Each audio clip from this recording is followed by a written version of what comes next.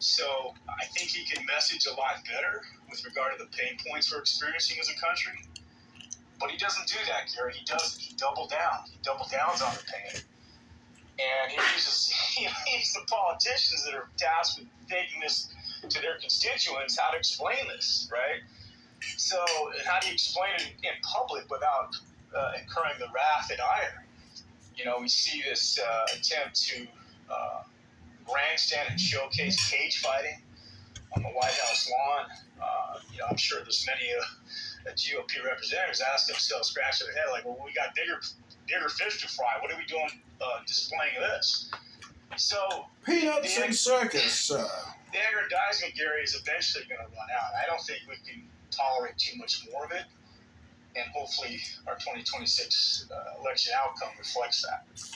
And I'll end there. Thank you, David. We'll go to Daryl, and we'll see if the other folks we've been inviting up can make it, because we've invited folks up. Hey, Gary, can you hear me? No, we cannot. Okay, well, two things. I'm going to preamble for a minute. First, I am so happy to see my buddy Scott back. And Gary, I don't know if you're going into Penn, but it's crazy because of the game tonight.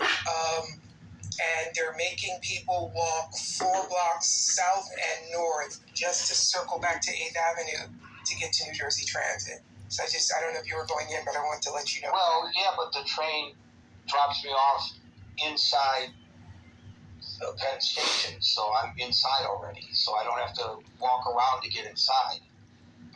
But do you leave or you work in Penn? No, I'm on the way into work. No, what I mean is, do you have to leave Penn Station to your office, or do your office? I take the subway. Oh, lucky you, Gary, because I just had to walk all the way down to 26th Street to get over to Penn. So, quickly, to William's point, the tax cuts don't necessarily trigger inflation. Tax cuts can trigger inflation. It's dependent on how they structure the tax cuts. The tax cuts to the rich, the last round, won't necessarily trigger inflation, but what they'll do is, because it's less tax revenue, we'll probably have to increase our debt, like issue more like bills and bonds and notes and stuff. So it's going to increase our debt.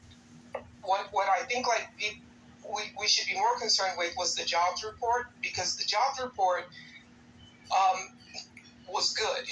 And so what that means is that it's less likely that the Fed is going to lower rates. If the jobs report had continued to be bad, the Fed might have considered lowering rates to kind of help the economy. But if more people are working,